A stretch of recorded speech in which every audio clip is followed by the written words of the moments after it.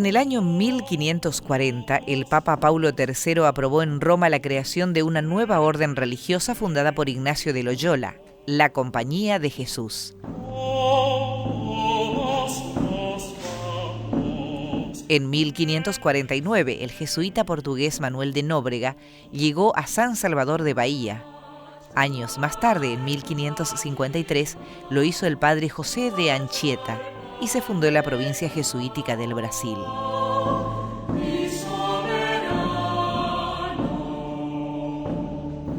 El 1 de abril de 1568 llegaron los jesuitas a Lima y allí fundaron la provincia jesuítica del Perú.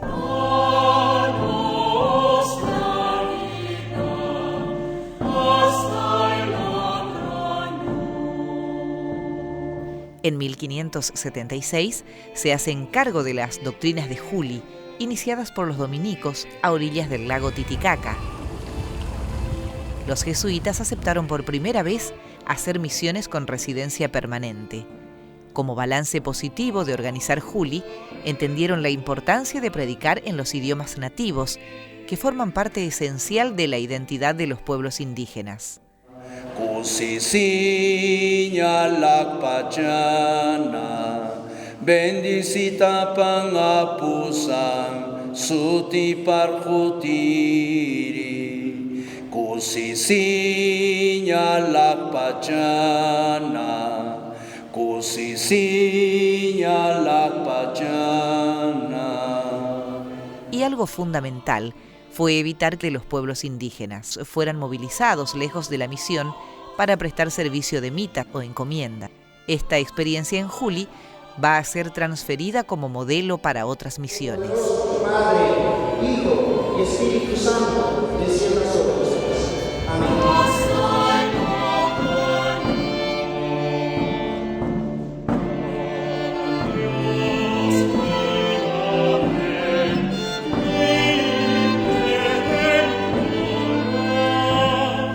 El obispo de Tucumán, Fray Francisco de Vitoria, participó del Concilio Limense de 1583 y fue quien solicitó el apoyo de la Compañía de Jesús para la región. Cumpliendo con ese pedido, el 26 de noviembre de 1585 llegaron los primeros jesuitas desde el Perú al Tucumán y se instalaron en Santiago del Estero.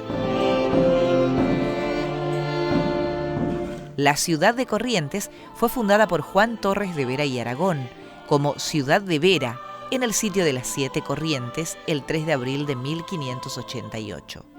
Levantó una cruz de madera como expresión de fe en una barranca cercana al río Paraná. El lugar fue atacado e incendiado por los indígenas, salvándose del siniestro solo la cruz, bautizada como Cruz del Milagro.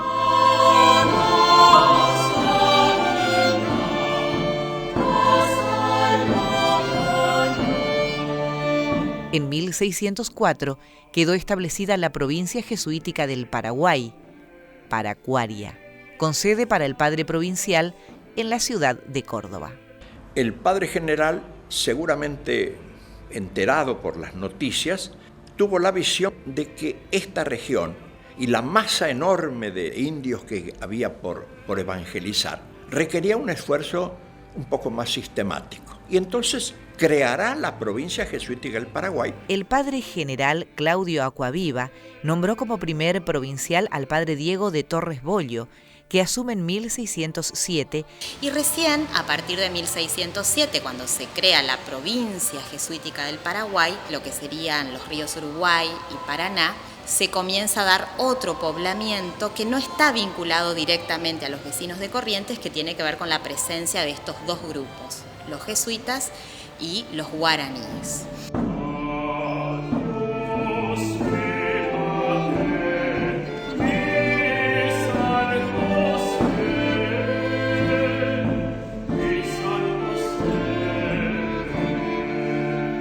En abril de 1608 llegaron los jesuitas a la ciudad de Buenos Aires y en el mes de junio el padre Juan Romero concreta la construcción de una residencia.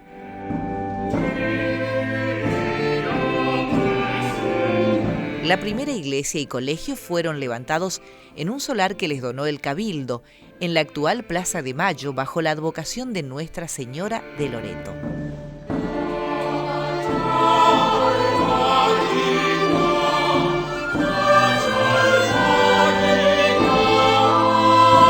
Años más tarde, en 1661, deben trasladarse a pocas cuadras, donde construyeron la iglesia de San Ignacio, el colegio y la Procuraduría de Misiones en la actual Manzana de las Luces. La Procuraduría, es decir, la gestión con el poder político, con el poder económico, gestión administrativa. Y lo que se hacía era tener los almacenes donde se trasladaban los productos que se debían comercializar, que está en la parte de atrás de la iglesia de San Ignacio de Buenos Aires.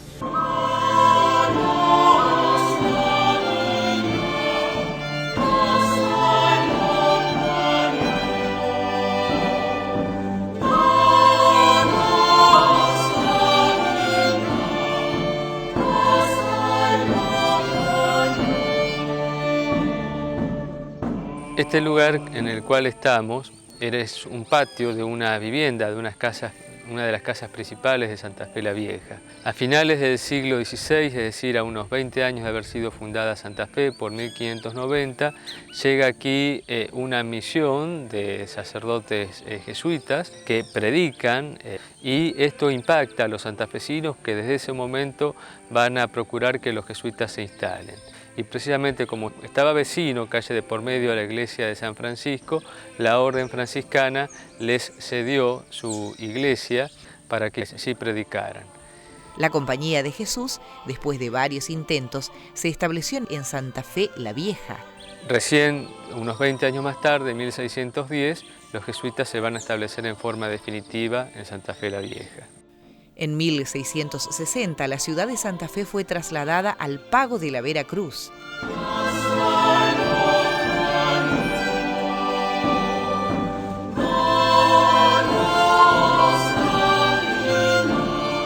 En los trabajos de esa mudanza prestaron servicio indios guaraníes de las misiones del Paraguay. De aquellos tiempos, el patrimonio del templo conserva el retablo mayor, que es una obra realizada en las misiones jesuíticas de guaraníes.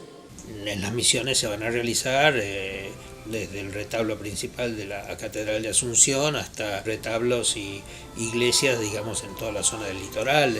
Uno ve que realmente las misiones han abastecido muchísimo ciertos elementos propios de las necesidades del mismo culto religioso en otro plano.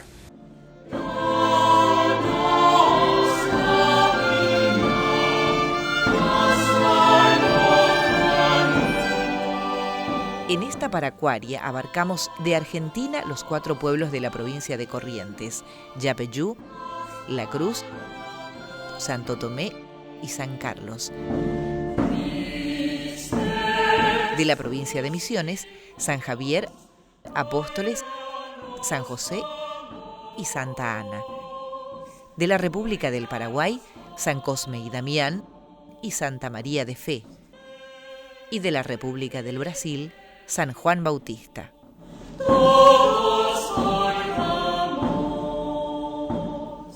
El legado jesuítico hoy está presente en los estilos arquitectónicos, en la pintura, en la imaginería, en la música y en la religiosidad popular expresada en las fiestas patronales.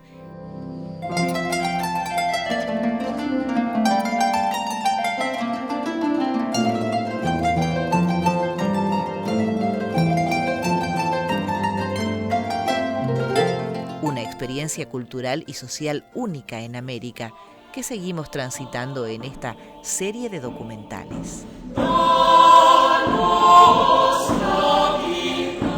Paracuaria, la provincia jesuítica del Paraguay.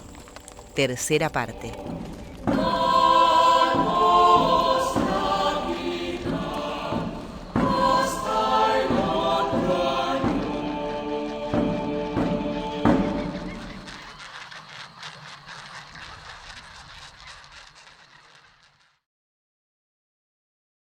Bueno, le agradezco mucho esta entrevista. Para quienes nos ven, nos escuchan. Yo soy Ernesto Meder, soy porteño, me radiqué en Resistencia cuando se creó la Facultad de Humanidades de la Universidad Nacional del Nordeste, hace mucho tiempo, en 1958. Y el tema de las misiones me cautivó casi, diría yo, desde un principio. Hice toda mi carrera académica allá, me doctoré, me incorporé al CONICET, me fui incorporado a la academia y gran parte de mis trabajos, en definitiva, estuvieron centrados en este tema de las misiones. Confieso que la primera vez que visité las ruinas sin tener un conocimiento más que muy superficial, quedé asombrado, me llamó la atención y me di cuenta que había pasado allí algo importante. Y desde luego esa motivación fue la que generó después estudios más de detalle sobre la época, era mi especialidad, y sobre las misiones en particular, sobre la compañía y su desempeño en el Río de la Plata. Y me llevaron a escribir una porción de obras, a la edición de documentos y desde luego a tener este tema muy presente como una parte muy importante de la historia colonial argentina. Es decir, no solamente de la historia del Nordeste, no solamente como un episodio misional, sino como un elemento integrador notablemente original dentro de toda la misionología americana.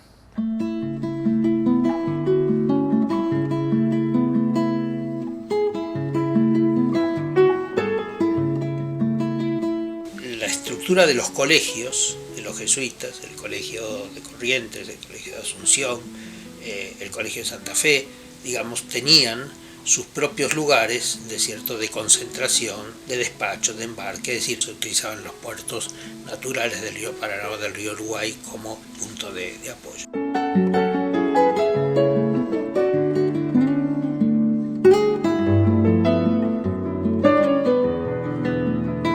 El Colegio de la Compañía en Corrientes.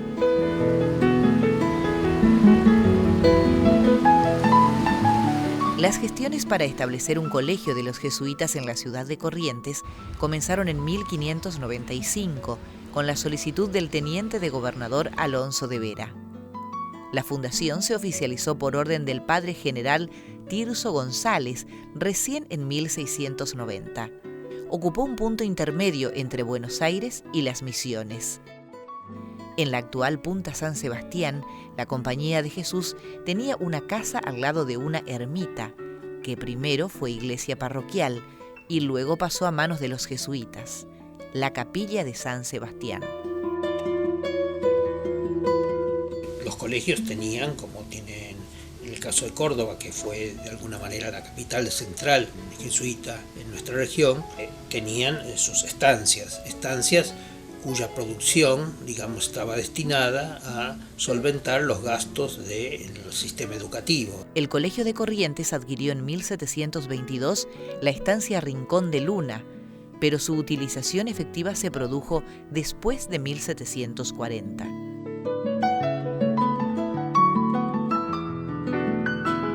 El Colegio de los Jesuitas en Corrientes fue demolido y en ese solar se construyó el Colegio Nacional José de San Martín.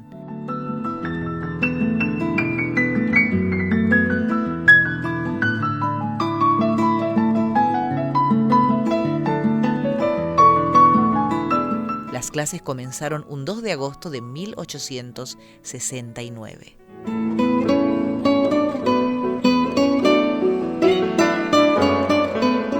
Para hablar de las misiones jesuíticas en el actual territorio de Corrientes, debemos pensar en una jurisdicción más amplia. Tenía otras dimensiones en el pasado colonial.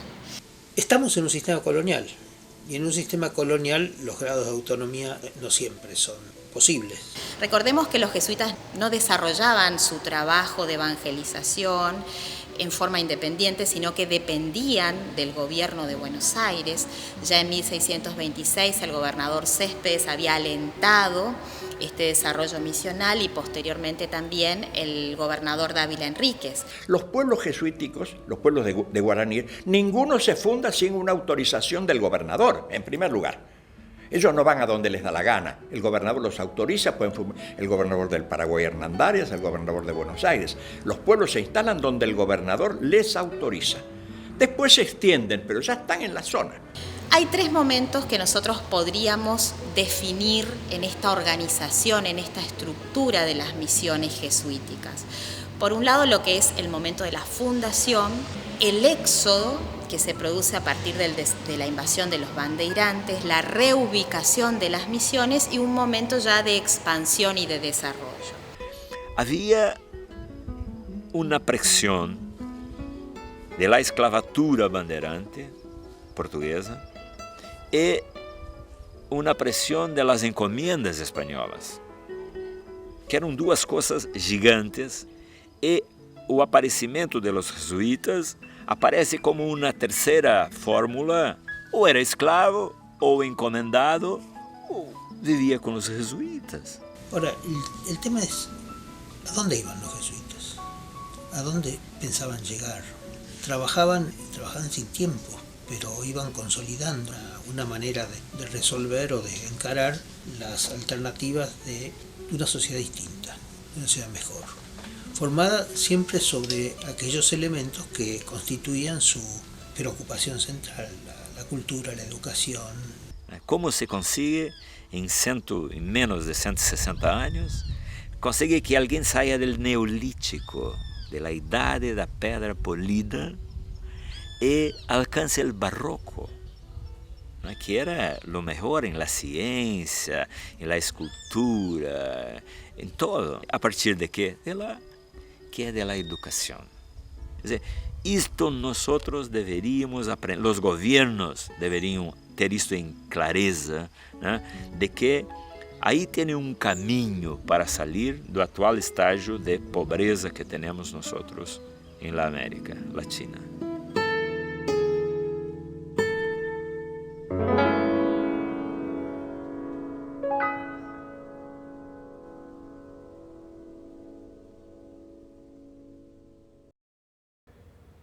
Hay una pregunta que se hacen continuamente los que andan cerca o los que llegan y dicen: ¿quién sos? ¿Dónde naciste? ¿Por qué te gustan estas cosas? ¿Por qué te dedicaste a esto? En tanto que escribí un verso: yo soy nacido en Corrientes de las Misiones, Señor. Y vuelven a preguntarme si es que sí o si es que no, de Corrientes o Misiones. ¿En dónde mismo nació? Entre San José y San Carlos, en Centinela, Señor. Yo soy de los 30 pueblos, orgullo de mi región. Los pueblos de las misiones que estuvieron donde hoy apenas si quedan ruinas de lo que fue la misión, como el pueblo de San Borja del que Andresito salió, y el Yapeyú musiquero donde San Martín nació.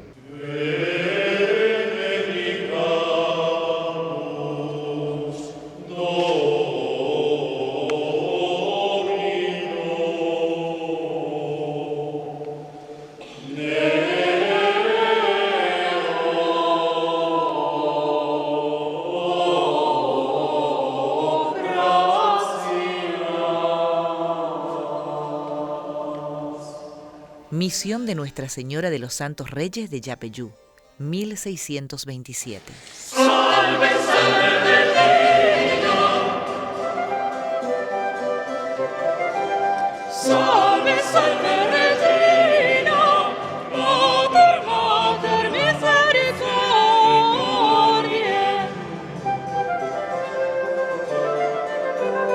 Inviado al cielo,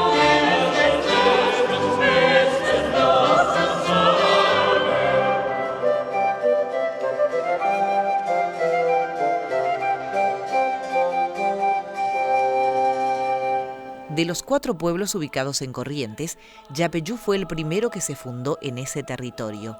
Su origen se debió a la iniciativa misionera del padre Roque González de Santa Cruz.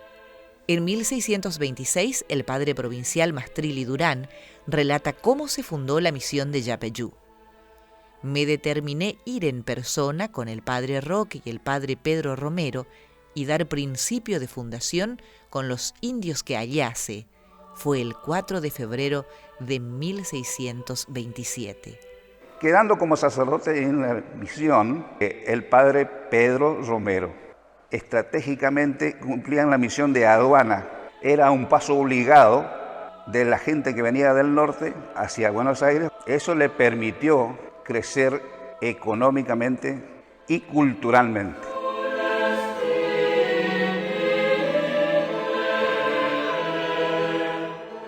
Bueno, Yapeyú fue realmente una misión muy importante por varias causas. Una por su localización, que era de alguna manera un punto de referencia sobre la costa del Uruguay. La importancia de esta misión radica en su ubicación y en tener un astillero para montar barcos dentro del conjunto de la economía de los 30 pueblos. Era un lugar donde se fabricaban barcos, es decir, donde estaba concentrada lo que podía ser la industria naviera, y recordar que el camino de los ríos era el camino que fortalecía, digamos, las relaciones, realmente era la comunicación de las misiones. El territorio oriental del Uruguay había sido abandonado por las misiones de guaraníes del Tapé ante la irrupción de las bandeiras de San Pablo a fines de la década de 1630. Luego de su reubicación, para 1630 más o menos, comienzan a pensar en algunas actividades que ya no estaba la preocupación del traslado. Tras un periodo de calma, las misiones y especialmente las reducciones de Yapeyú, La Cruz y Santo Tomé ocuparon con estancias parte de ese territorio.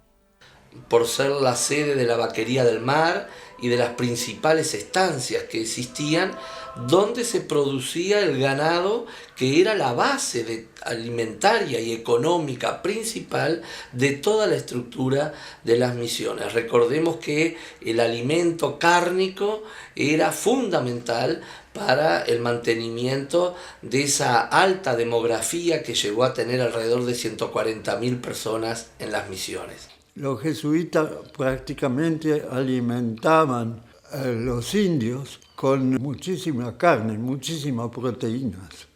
El tema de surtir de ganado vacuno a las misiones como forma de autoabastecerse y de tener una fuente de alimentación que además se transforma en una fuente de excedentes a partir del cuero, pero a partir del intercambio, del comercio que hacían uno de los grupos de cazadores-recolectores, los guenoas, que llevaban este ganado vacuno en pie al pueblo de Yapeyú, cambiaban por yerba, por tabaco. Los jesuitas los hacen seguir, eso es lo que nos dice Furlón, y descubren una enorme cantidad de ganado vacuno que estaba muy asociada con las cuencas de los ríos Yaguarí, Cebollatí.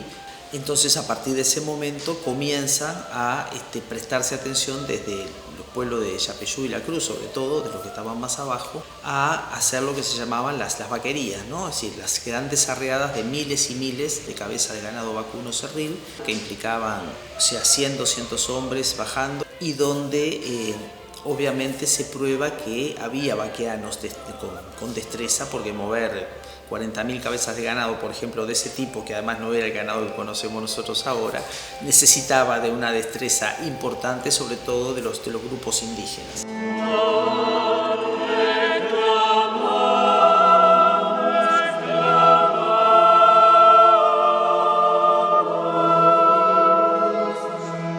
En este caso específico hay contacto con otros grupos étnicos como los charrúas, que en la documentación aparecen como charrúas, pero en estos grupos también se encuentran minuanes, guenoas, yarós.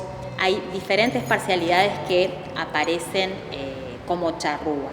Individuos y familias pertenecientes a los grupos charrúas y al grupo guenoa, por lo menos. Un poco para tener en cuenta de que no todo eran guaraní parlantes amazónicos, sino que había otros grupos, y más tarde, hacia 1700, se crean las estancias.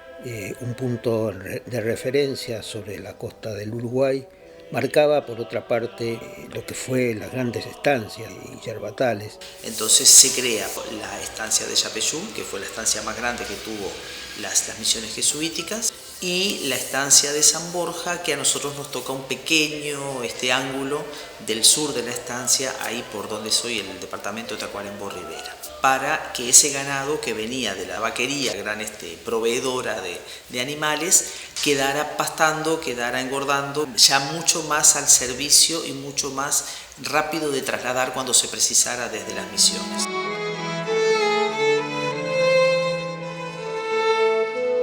No es desconocido que compartimos con parte de Argentina, con parte de Paraguay, con buena parte de Brasil, una toponimia en guaraní muy intensa. Los que conocían eran los indígenas misioneros, el terreno lo dicen los jesuitas cuando se hacen los inventarios. O sea, los que manejaban la parte de espacio misionero eran los indígenas. Entonces hay esa toponimia en guaraní, ya venía de antes. Se reafirma con el ingreso de cientos y miles de indígenas que hablan guaraní y que se refieren y necesitan referenciar el espacio en guaraní.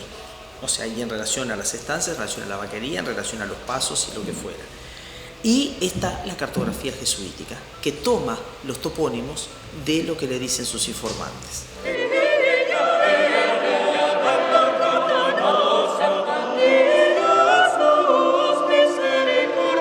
Ya las cartas anuas nos hablan más o menos para 1637-39 de la organización de una nueva iglesia con mayor capacidad, con tirantes y columnas de madera.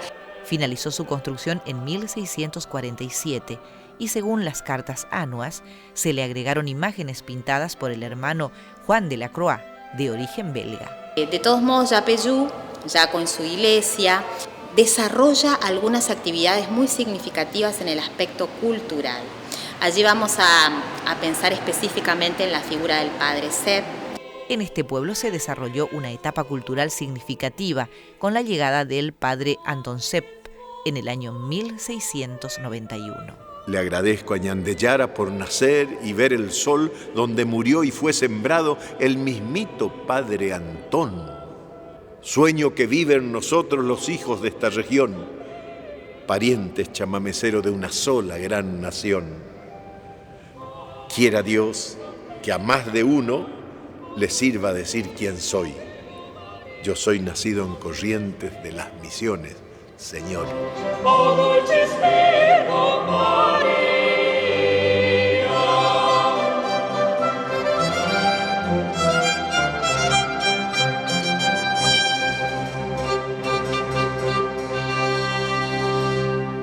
Julián Jerónimo, Cini Gallardo.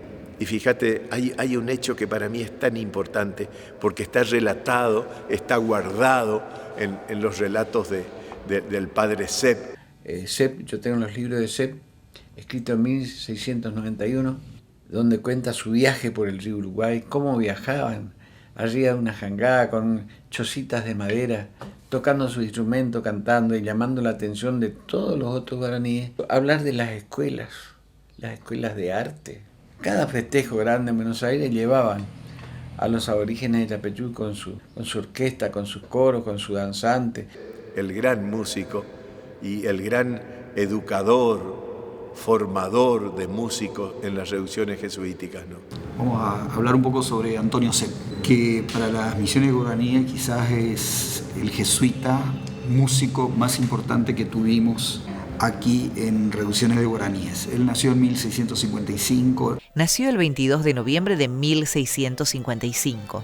Era tirolés, natural de Kaltern, en el Imperio Austríaco. Antonio Sepp von Rechtigan, nascido como um príncipe em Kaltern, Caldaro hoje é Itália, antes era Áustria, menino cantor de Viena. Desde muy pequeño tuvo una importante formación musical, ya que participó en el coro de niños de la corte imperial. Siente una vocación religiosa.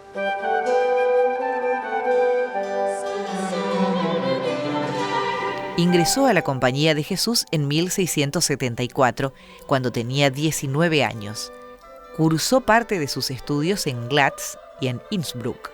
Ya era sacerdote cuando en 1682 le escribió al padre general Carlos de Noyel para ofrecerse como misionero en las Indias.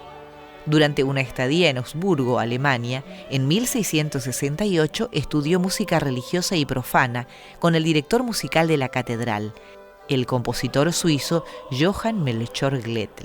Se destacan como uno de sus maestros Melchior Gletl. y tuvo una formación muy importante como músico, pero más que nada como instrumentista, más que como teórico o compositor. En mayo de 1689, con 34 años, recibió la aprobación para viajar a las misiones del Paraguay. Además de jesuitas españoles, se agregaron flamencos, bohemios, italianos y alemanes. Entre los recuerdos de aquel viaje y sus compañeros, el padre Anton Sepp expresó que con él viajaba un hermano jesuita, quien, como otro Fidias, daba vida a la madera. Se refería al hermano José Brassanelli, de 32 años, nacido en Milán, con una sólida formación de escultor, hábil dibujante, pintor y arquitecto, contemporáneo de Gian Lorenzo Bernini. Tanto Sepp como Brassanelli llegaron a Buenos Aires junto con otros misioneros en el año 1691 y se hospedaron en el Colegio de San Ignacio.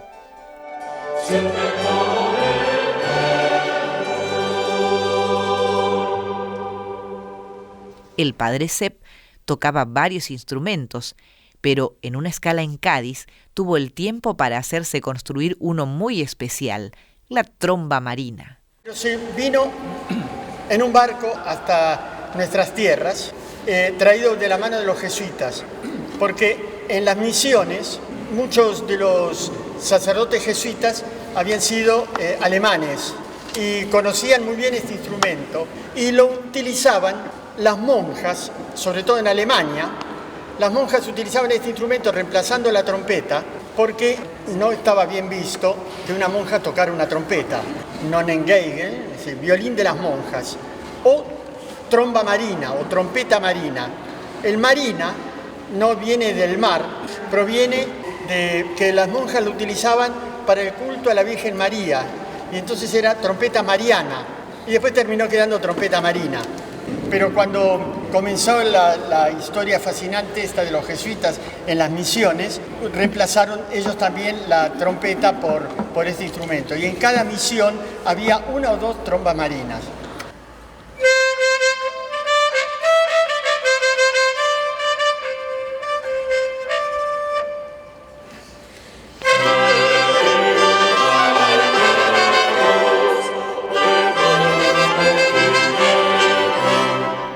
El hermano Brassanelli tuvo otro destino y junto con otros religiosos viajaron en carreta a Córdoba, mientras el padre Sepp se embarcaba por el delta del Río de la Plata hacia la misión de Yapeyú. Arribaron en los primeros días de junio de 1691 a esa misión. Cuenta Sepp: todos los sacerdotes recién llegados dijimos por primera vez misa en la iglesia de los indios, para dar gracias a Dios y para pedirle su bendición para el aprendizaje de la lengua guaraní. La introducción de la música en el trabajo de evangelización de los jesuitas fue fundamental con la llegada de Anton Sepp. Se encuentra con una práctica musical bastante para él antigua, ya que más que nada era un estilo más bien gregorizante. No se conocía lo que era el bajo continuo. Que era un estudioso de la música barroca, que prácticamente introdujo lo que es el bajo continuo. Y el padre Sepp trae de Europa el bajo continuo, el acompañamiento, decimos nosotros, que como le decíamos con don Isaac Abitbol, la mano izquierda. Cuando él tocaba la zurda, ese chamamé, la zurda solo con la mano izquierda, le decíamos, allí está, es el padre Sepp y el bajo continuo. Siente él y sobre todo motiva a todos los misioneros acerca de cómo la música podría constituirse en una herramienta fundamental para la evangelización. Y es así que comienza con su taller de construcción de instrumentos musicales en Yapeyú. Escribe el padre Sepp: me demoré casi 3 años en la reducción de los 3 santos reyes de Yapeyú. Entre otros trabajos, no fue menor instruir en todo género de música a los indios de varias reducciones, confeccionar todos los instrumentos, principalmente el órgano.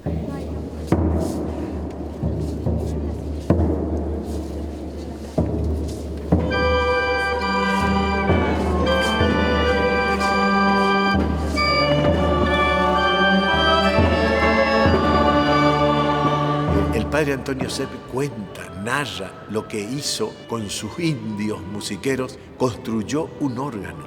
Ellos tenían el organito portátil de las misiones, que uno tocaba y el otro, como en una fragua, le hacía el viento acá al lado, ¿no?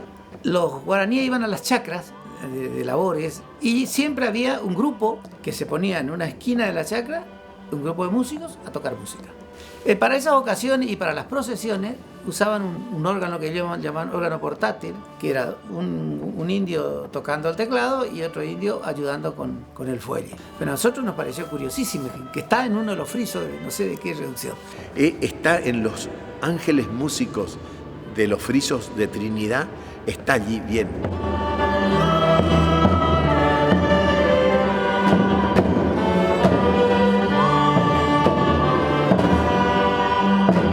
Es un órgano procesional, me animo a decir que es un instrumento único a nivel mundial, copia fiel de un órgano que está en estado ruinoso, en una pequeña capilla y hermosa capilla en un pueblo en la provincia de Jujuy, con un grupo de especialistas comandados por el luthier de instrumentos antiguos Jorge González. Pudimos hacer un relevamiento del instrumento y después tenemos acá la copia. Es muy notable porque se puede tocar caminando. Y cuando nosotros fuimos al pueblito a Susques, había un viejito que nos contó que él recordaba cuando ese órgano funcionaba y acompañaba, por ejemplo, en las procesiones por el camino de montaña hasta el cementerio, los entierros. Y bueno, y dijimos, esto tiramos un poquito y sale el acordeón.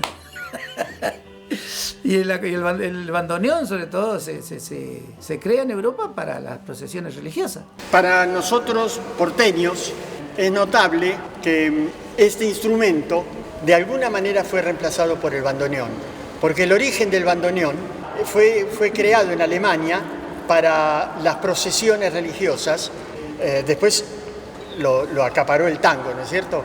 Pero cuando no existía el bandoneón, este era el instrumento que hacía las procesiones.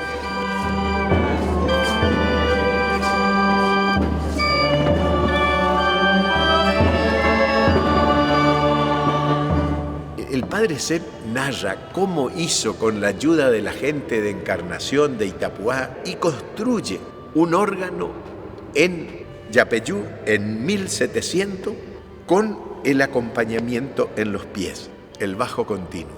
Como no había suficiente estaño para fundir los tubos grandes, entonces hice de necesidad virtud. Tomé la mejor madera de cedro, la cual aquí abunda. ¡Oh, milagro!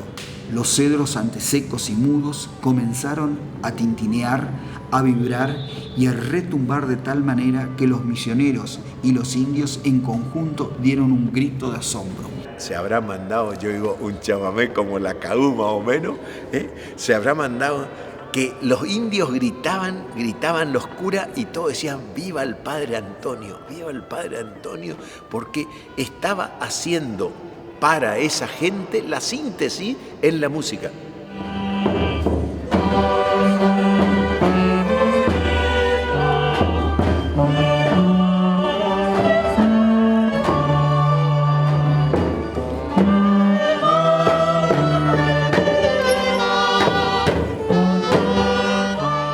Yo creo que eso tiene que ver con nuestras raíces. ¿Qué nos pasa a nosotros cuando se abre el bandoneón o el acordeón?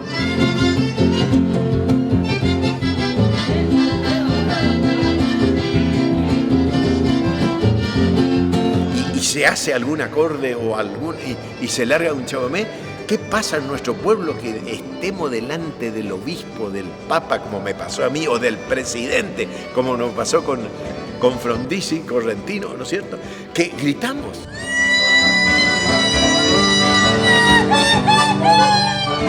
Sí, se nos abre el pecho.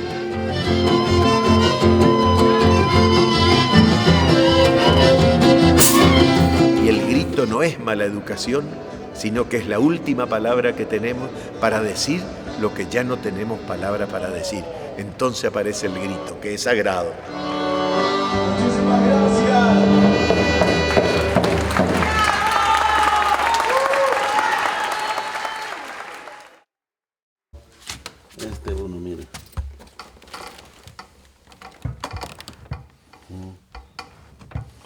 flojo, allá él va a levantar.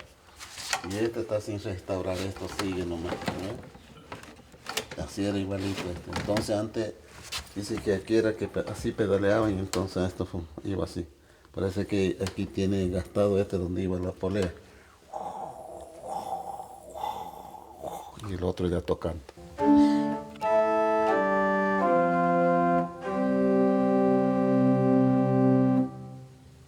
El órgano de la iglesia de Yapeyú, construido en las Misiones, fue algo atípico, pero no único. Hubo un caso similar en la misma Paracuaria, con el padre Martín Schmidt, músico suizo en la tierra de Chiquitos. Martín Schmidt, una de las figuras más importantes en las misiones de Chiquitos, arquitecto, pintor, pero también músico y constructor de los instrumentos musicales. Las mismas ideas constructivas, arquitectónicas de las iglesias que diseñó el padre Schmidt, un suizo en las Misiones, reemplazaba la madera de arce y de pino que se usa en los instrumentos europeos por la madera de cedro.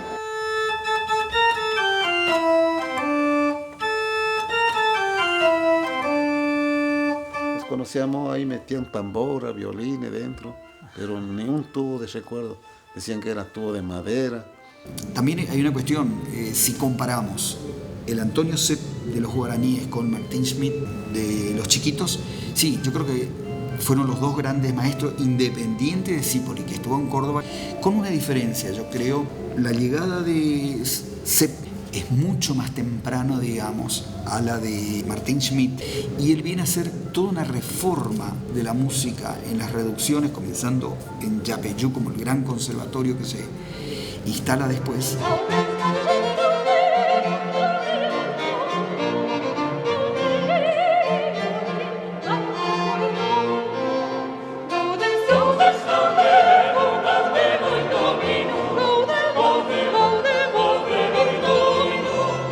Y después sí, hay coincidencias como el de la enseñanza, de la composición, del contrapunto. Martín Schmidt fue otro de los grandes constructores de órganos de las Misiones.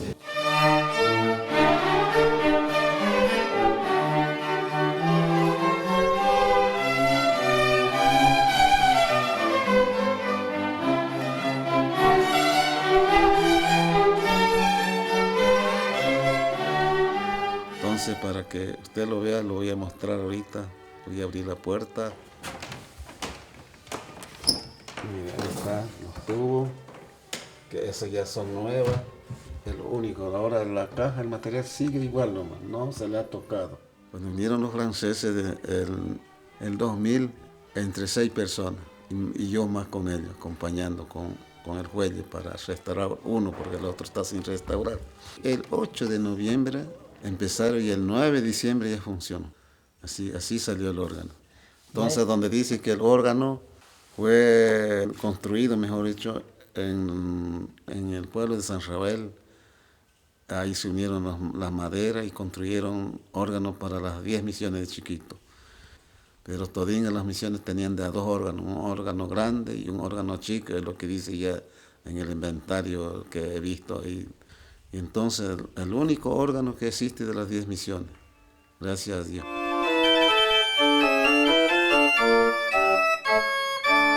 Bueno, buenos días, mi nombre es Achiko Sakuma y estoy participando del Festival Internacional Misiones de Chiquitos. En esta ocasión he venido hasta Santana de Velasco para tocar el órgano histórico.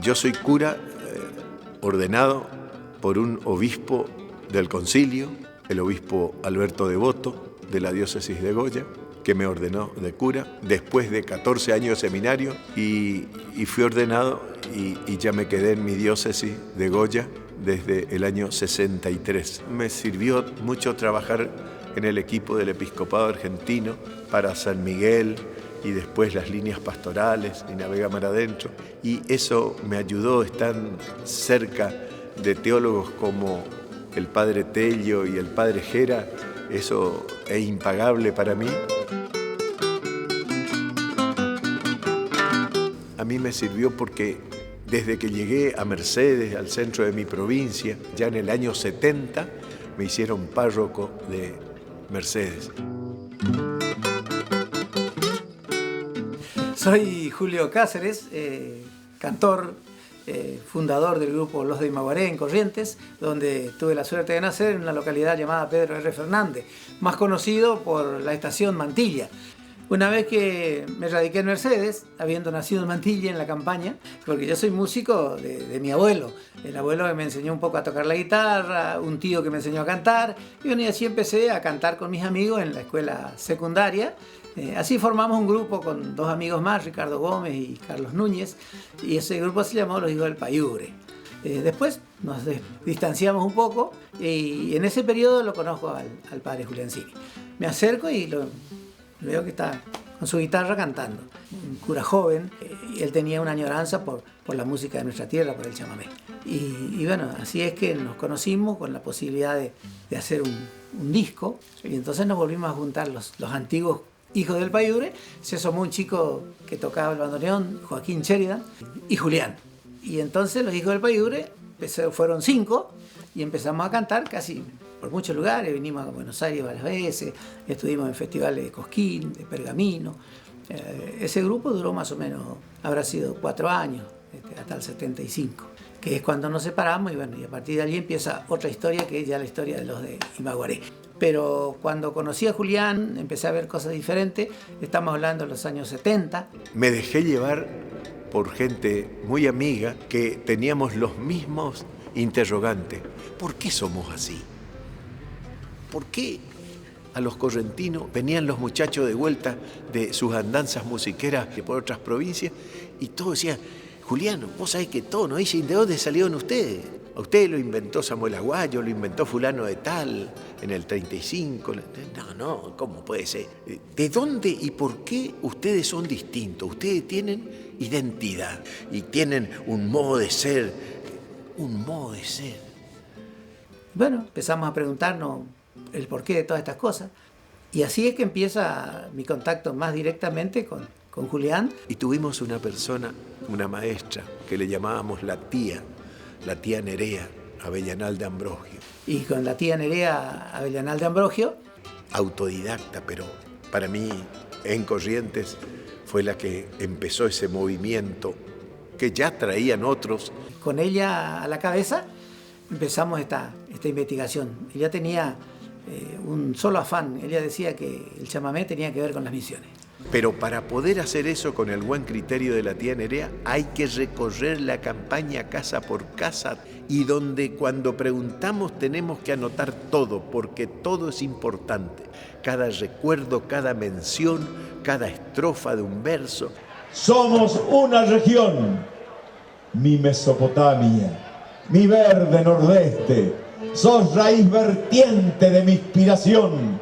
Si escarbo tu tierra, si me hundo en tus ríos, si pulso el latido de tu población, si ando tus caminos, si hablo con tu gente, me siento pariente, me siento región. Agarramos el camino de la danza. Nosotros hicimos el trabajo focalizándonos en la danza.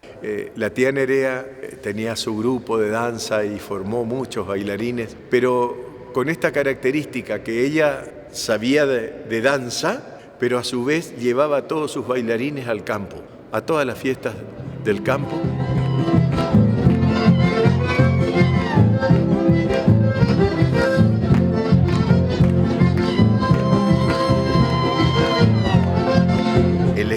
tomar danzas como el pavo antiguo, como el mainumbú, de que estaban en nuestro pueblo y que había abuelos que todavía sabían bailar y nos mostraban cómo hacerlo. Llegaba un momento, con todo lo que juntamos y decía que había de antes, que hacían antes, dijimos, hay que averiguar ahora a los que saben, a los que estudian, a los que escribieron, y fuimos a los autores a Buenos Aires. Y así es que nos fuimos al tiempo pasado, al Imaguaré, a las misiones jesuíticas. Y nos encontramos con el padre Furlo. Furlo, Guillermo Furlo, de los padres jesuitas. Fue tan hermoso el tiempo que habrá sido 2 años que estuvimos juntos. Nos enamoramos del viejito, tenía 85 años, y él se enamoró de nosotros. Nos regaló todos sus libros, un ejemplar. Al llegar allí al tema de las reducciones, descubrimos un mundo desconocido que nos enloquecimos.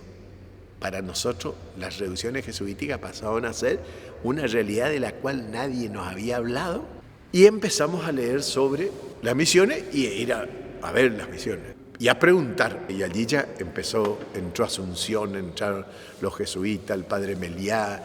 Los guaraníes de las misiones eran no solamente los indígenas más modernos de la región, sino los habitantes más modernos, mucho más que los españoles. Y allí, en esas reducciones jesuíticas, a nosotros se nos abre otro tema, que es el pueblo guaraní, con su cultura y su religiosidad. Bueno, hay que pensar que la población guaraní naturalmente tenía su cultura, una cultura muy firme, grabada en su memoria. Es un pueblo ágrafo. Aquí confluyen las antiguas creencias del Ñemboé Purhey, rezos cantados, y del Ñemboé Yerokú, rezos danzados. Y esa danza, ese Ñemboé Yerokú, que era una danza religiosa, ¿por qué los días de lluvia? Y tenían un carácter especial porque para ellos la lluvia era la bendición más grande que les regalaba Tupá, que era el hijo del dios superior, que era Ñamandú. Ellos creían que Dios les enviaba su bendición a través de la lluvia. Y ellos danzaban. Pocho Ró lo ubica en un periodo precolombino. Que con los instrumentos sagrados del mbaracá, maraca y del tacuapú, bastón de ritmo, que se oficiaba como un ritual cuando las deidades hacían llover sobre tierras guaraníes.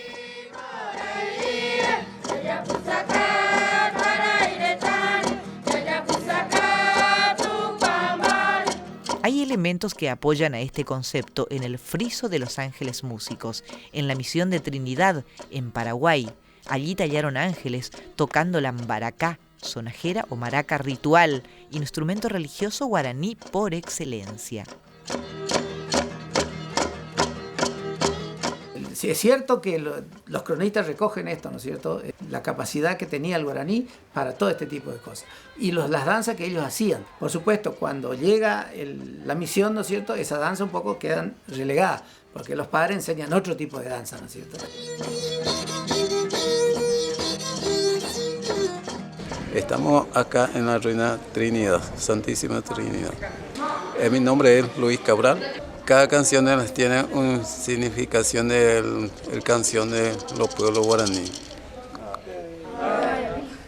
Por ejemplo, con la música. El hecho que ellos hayan tenido una sensibilidad muy fina para captar la riqueza de la armonía.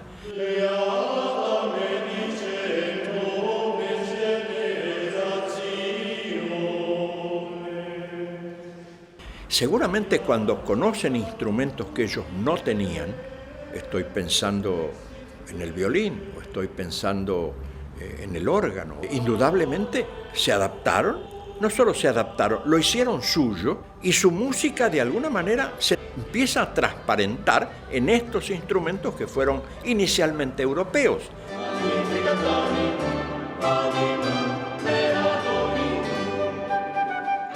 Nosotros decimos, el guaraní quedó con el oído. El guaraní, sobre todo de la zona nuestra, de Chapeyú, de la zona, digamos, de Corrientes, Misiones. En el caso nuestro, músico absolutamente de la campaña. Ernesto Montiel era un hombre nacido en el campo, igual que yo, escuchando, y no tiene formación musical ni nada. Todo lo que hace lo hace de escuchar y Sin embargo, formó uno de los conjuntos más importantes, anterior a nosotros, ¿no es cierto? Tanto él como Cocomarola y Tarragó, gente que se formaron sin tener estudios musicales. ¿Nos dejan que les saludemos como les saludaban nuestras abuelas? ¿Sí? Bueno, Dios te saluda, María. Nosotros también. Una cosa muy linda, cuando anduvimos dando vuelta nosotros, juntando datos de nuestra expresión que es el chamamé. Dios te saluda, María, en pollo de Nazaret. Una de las cosas que nos llamaba la atención era continuamente el unir la religiosidad con la fiesta, con la alegría, con la celebración, ¿no? Es un todo, ¿no? Lo religioso es como una columna vertebral que va por dentro de la expresión vital de la vida. Gloria por Jesucristo nuestro Señor. ¡Viva la Virgen!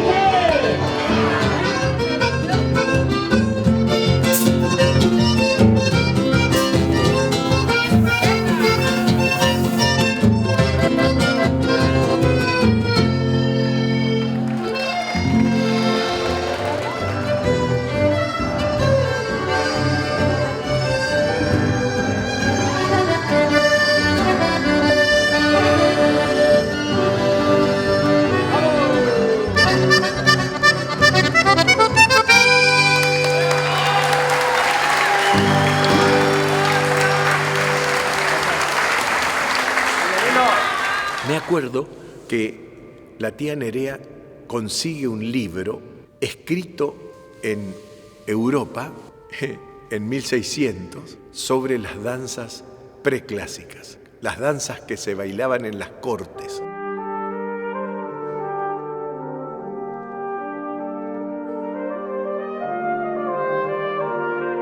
Y como nosotros vamos al padre Fulon y le preguntamos qué se bailaba, cosa que preguntaba Carlos Vega. Como decía Carlos Vega, ¿qué danzas se bailaron en las reducciones? ¿Qué se bailó en las reducciones? ¿Qué pasó en las misiones jesuíticas? ¿Qué se enseñaban? ¿Qué danzas? De eso no se hablaba.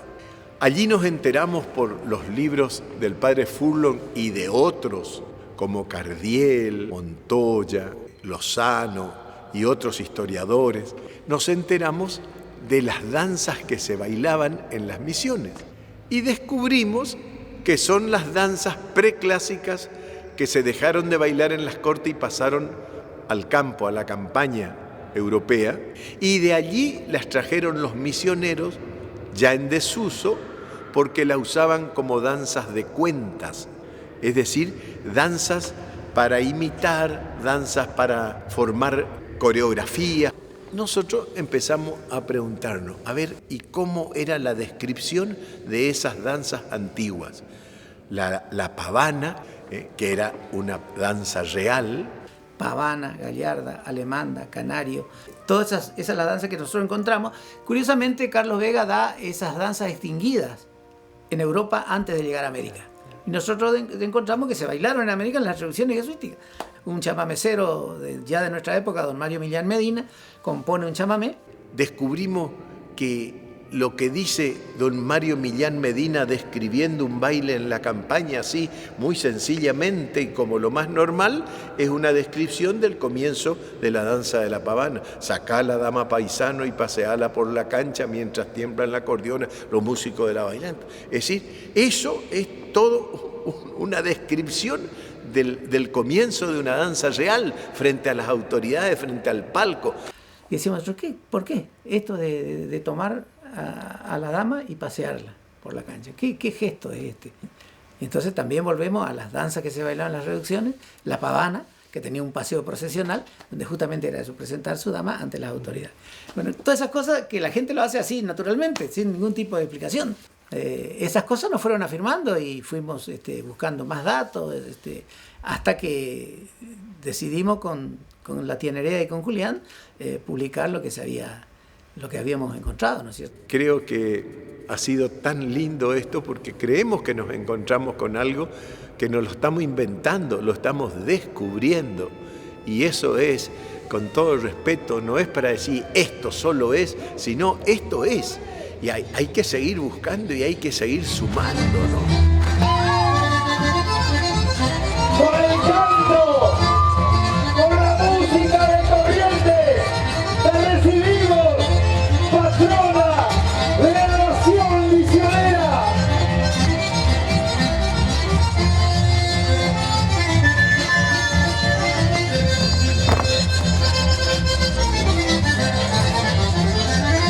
El aplauso, ¡feliz día de la Virgen! Pero creo que hoy nos hemos dado cuenta con la Fiesta Nacional del Chamamé que somos una región y somos una nación chamamecera. Es decir, y que tenemos una base muy fuerte y tiene que ver mucho, no digo todo, pero sí mucho con esta experiencia histórica, cultural y religiosa que han sido los 30 pueblos de las misiones.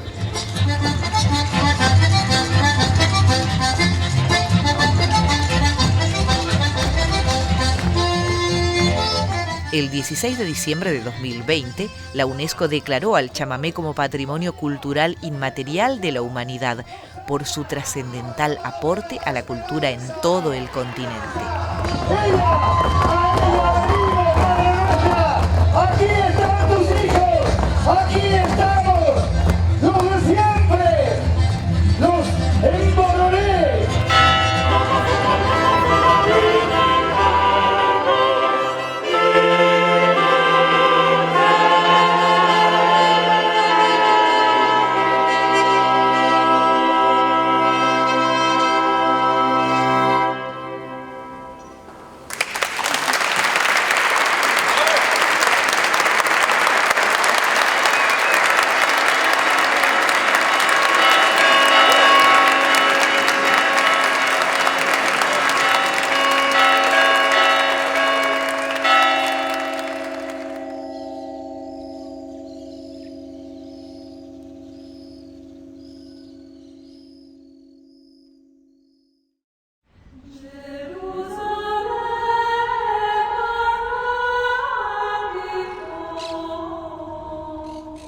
Etapa post-jesuítica en Yapeyú.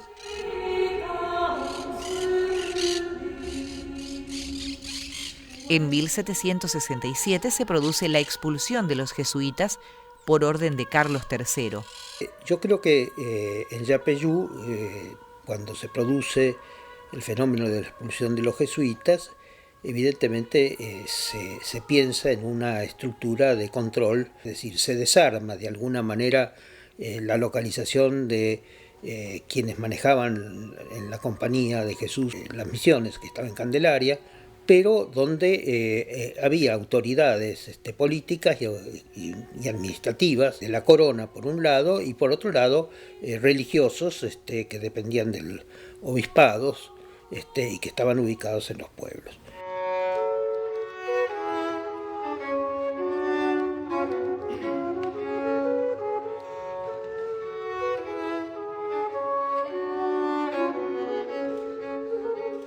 En el caso de Yapeyú, la familia de San Martín, de Juan de San Martín, y que ha tenido ya una trayectoria en la administración de estancias de los jesuitas, en la estancia de las vacas. La estancia era llamada de las vacas, llamada también estancia de Belén, porque los jesuitas tenían esa vocación allí en la estancia.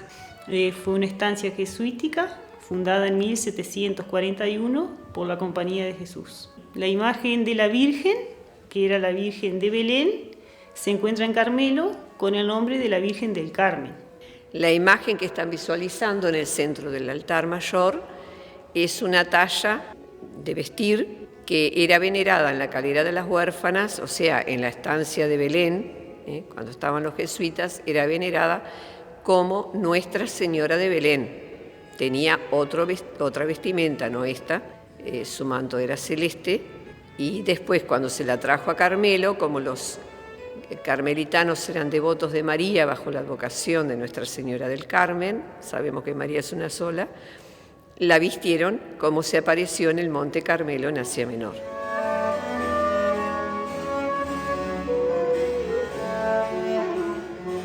Vino de administrador de la estancia don Juan de San Martín. Ahí vino como administrador Juan de San Martín, el padre del libertador argentino. Allí nacieron sus 3 hijos mayores, sí, Juan Fermín Rafael, Manuel Tadeo y María Elena.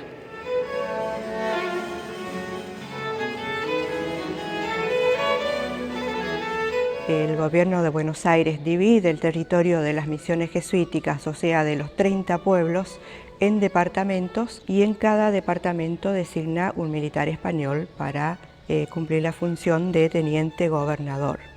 Y después él se trasladó a Yapeyú, quedando la estancia allí de Belén en manos de una congregación de religiosos que sostenían el hogar de las niñas huérfanas de Buenos Aires. Y por eso llega a nuestros días con el nombre de Calera de las Huérfanas. Don Juan de San Martín fue el segundo teniente gobernador que tuvo el departamento Yapeyú.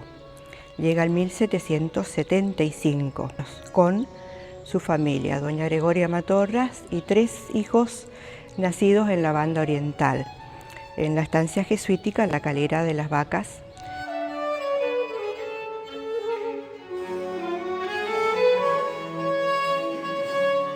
En Yapeyú nace Justo Rufino en 1776 y José Francisco en 1778. En 1778, Yapeyú fue el pueblo natal de don José de San Martín.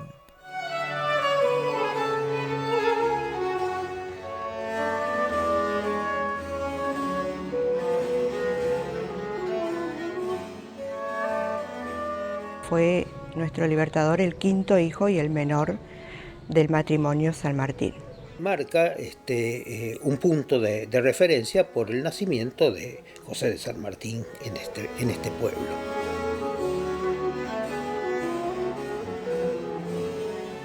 Andresito Artigas, Andrés Bocurarí, comandante militar de Misiones, va a tener la función de la recuperación de los territorios perdidos, porque la idea de Artigas era volver a armar en la vieja territorio de la vieja provincia del Paraguay. En esos enfrentamientos, en 1817, después de haber intentado infructuosamente Andresito de recuperar el pueblo de San Borja, que era la capital de Das Missões en Brasil, los brasileños en 1817 cruzan el río Uruguay y con su jefe, el mariscal Francisco de Chagas Santos. Francisco de Chagas Santos, militar portugués, destruye e incendia la misión de Yapeyú en febrero de 1817. Destruyen sistemáticamente todos los pueblos que estaban sobre el Uruguay, desde Yapeyú hasta los pueblos del norte de Misiones. El día que San Martín empezaba la liberación de Chile para todo este mundo de la independencia latinoamericana, termina Ayacucho. En ese momento, prácticamente en 24 horas, le estaban quemando, invadiendo, quemando y saqueando su pueblo de Yapeyú, la invasión portuguesa, en horas de Chacabuco. Es decir, hay cosas que no sabemos, que no se contaron, ¿no?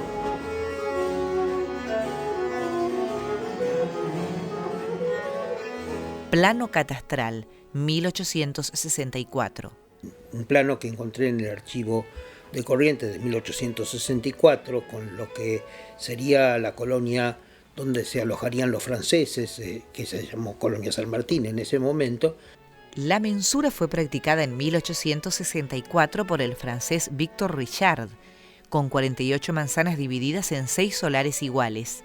En la manzana 40, adjudicada a los colonos franceses Frechon y Pedlés, se indica que allí estaba la iglesia de los jesuitas y el colegio. Al mencionar la manzana 40, ¿no es cierto?, dice restos de la iglesia, ¿no?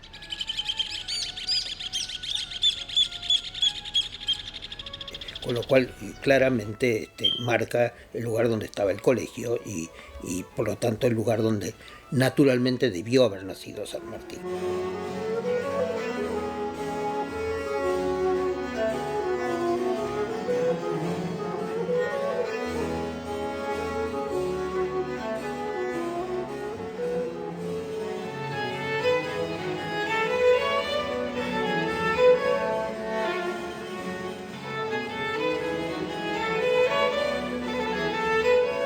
Este plano catastral permite ver la traza de la nueva colonia agrícola sobre el conjunto en ruinas de la antigua misión de Yapeyú.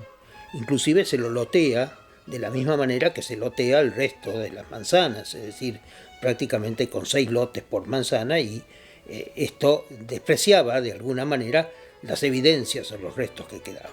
Sin embargo, en alguna circunstancia, por lo menos en la manzana 28, aparece restos de casas de los indios, pero no aparecen en la 21 que hubiera restos de casas de nadie.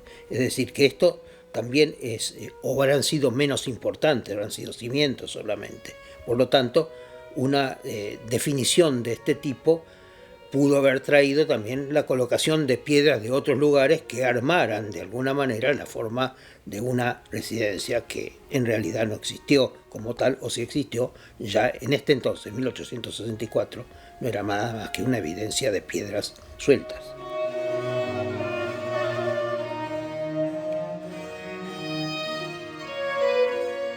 Y esto es un hecho que sin duda ha generado una transformación de la valoración del espacio y de la historia también distinta. Sobre todo esto se ve cuando a fines del siglo XIX alguna autoridad militar que existía en el pueblo organiza toda una serie de homenajes a San Martín, y por una parte resuelven en 1899-1900 la construcción de una nueva iglesia que va a ser colocada también en la plaza, pero en otro lugar diferente al que era el templo tradicional. Es decir, no hay una búsqueda de perfeccionamiento de lo que existe, sino que hay más que nada una independencia respecto a la que significa, o una autonomía, si se quiere con mayor claridad, a lo que significa el propio trazado del pueblo misionero respecto a la ocupación que se ha hecho ya desde mediados del siglo XIX por colonos, a los cuales se les ha distribuido lotes de terreno con independencia de la traza de la propia misión jesuítica. Y esto genera, bueno, no solo la iglesia, sino también un monumento a San Martín y la creación de una escuela sobre lo que era la antigua iglesia de la compañía. Sobre las ruinas de la iglesia jesuítica funcionó una escuela secundaria, el Colegio Maipú. Y entonces aparece la idea de historiadores correntinos como Hernán Gómez, o también el padre Maldonado, que pasó por Yapeyú un tiempo, de crear un sitio donde se pudiera simbólicamente señalar el lugar de nacimiento de San Martín. Y esto hecho con absoluta independencia de la documentación histórica de lo que significa la traza y la forma de ocupación que tenían los pueblos jesuíticos. Porque el lugar que se elige, que es aquel de una casa que quedaban algunas piedras, más que en otros casos, y deciden que esta debe ser la más adecuada, es en realidad una casa de indios, es decir, es una casa que está ubicada en la zona donde estaban ubicadas las viviendas de los indígenas. Obviamente que el gobernador, Juan de San Martín, tenía que estar viviendo, y estaba de hecho viviendo, en la zona de lo que era el antiguo colegio de los jesuitas, ¿no es cierto?, que era la residencia de los padres. Era el lugar apropiado, el lugar simbólicamente de mando de la misión, y por lo tanto esto significaba ese reconocimiento de la autoridad que tenía el propio gobernador.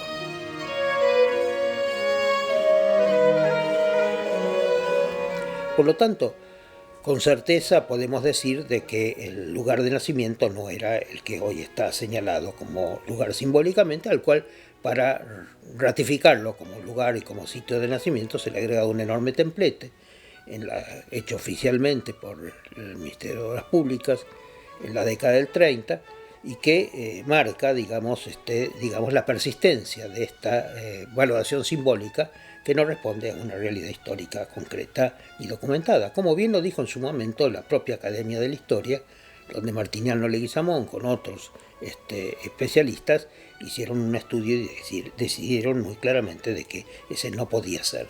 Evidentemente estos restos sin duda de las misiones jesuíticas, sin embargo no eran los de la casa donde pudo haber nacido San Martín.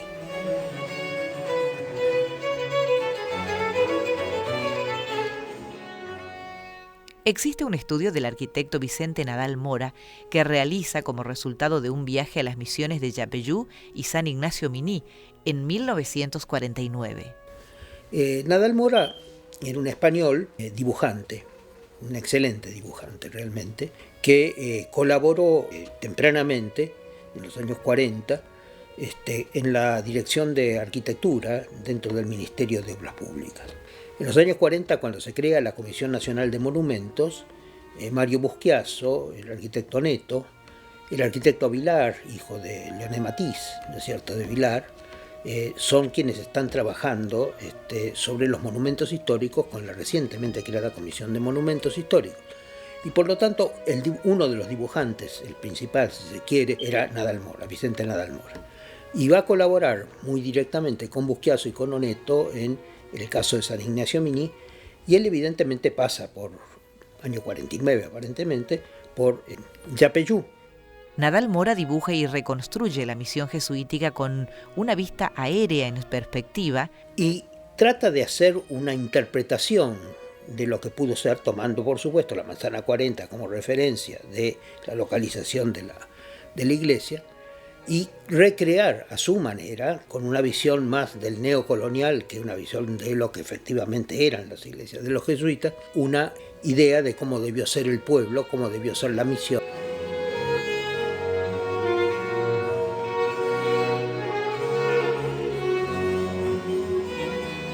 Y este documento, que es un dibujo de interpretación de él, es tomado muchas veces como un documento válido de lo que fue, cuando en realidad es una simple interpretación.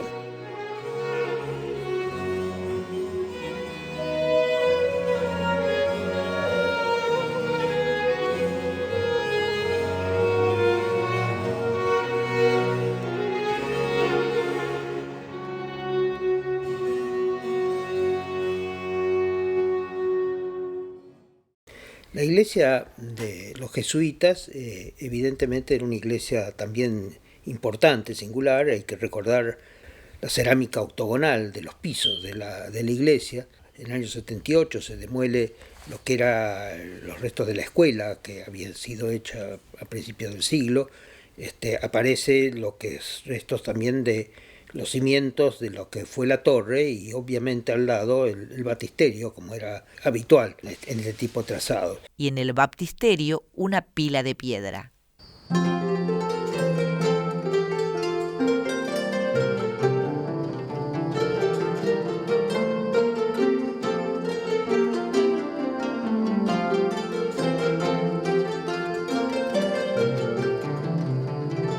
Y lo que lleva entonces a pensar de que lógicamente este es el lugar donde debió ser bautizado San Martín, en términos del corto tiempo del cual él vivió allí, ¿no es cierto?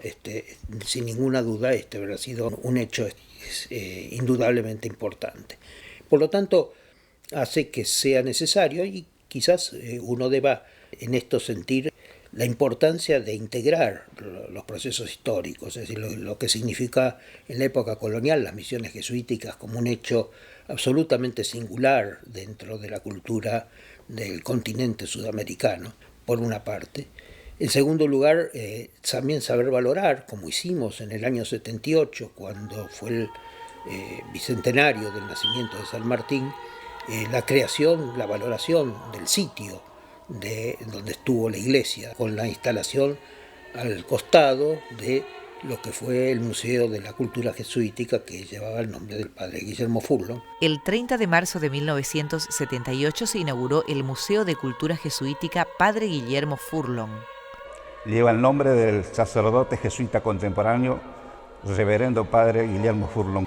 Por lo tanto, creo que esta ambivalencia de dos hechos históricos no deben ser presentados como hechos en competencia, sino como hechos de colaboración y de integración de un proceso cultural donde siempre San Martín manifestó su nacimiento en Yapeyú y siempre manifestó muchas de las ideas que estaban planteadas allí en lo que significaba integración cultural, de valoración de ciertos lugares propios.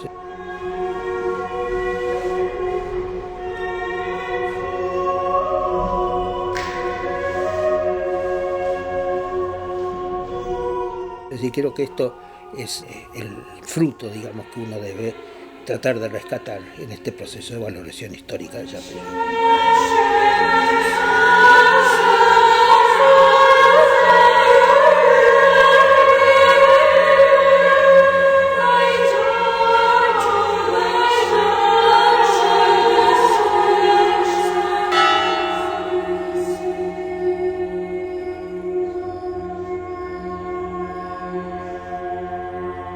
Paracuaria, la provincia jesuítica del Paraguay.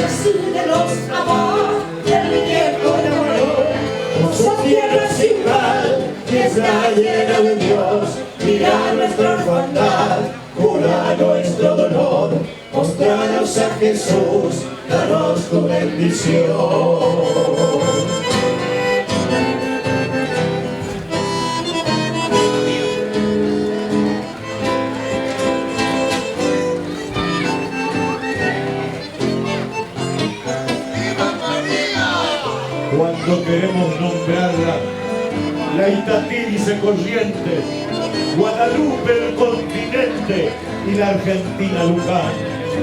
Aparecida Brasil, 33 el Uruguay, Copacabana Bolivia, Caacupé el Paraguay. Virgen del Carmen en Chile, Rosario en San Nicolás, en Curzú del Pilar, en Mercedes, las Mercedes, la misma, la virginal mamá de Dios, toda nuestra, la que a los pobres se muestra y en medio del pueblo está. María, purísima, sin pecado concebida, nuestra vida solo es vida con tu bendición, mamá. Los sitios en otros tiempos necesitamos saber que está curando el alma de nuestro pueblo, que se desangra en su identidad, en tu silencio y entre tus manos. Cabe la pena del corazón, vivimos todos crucificados. Quédate cerca de nuestra cruz, caridad del hogar, manitos de limón, Jesús de los Abad, del riego y amarón. Nuestra tierra sin mal, que está llena de Dios, mira nuestra orfandad, cura nuestro dolor. Mostranos a Jesús, danos tu bendición. Mostranos a Jesús,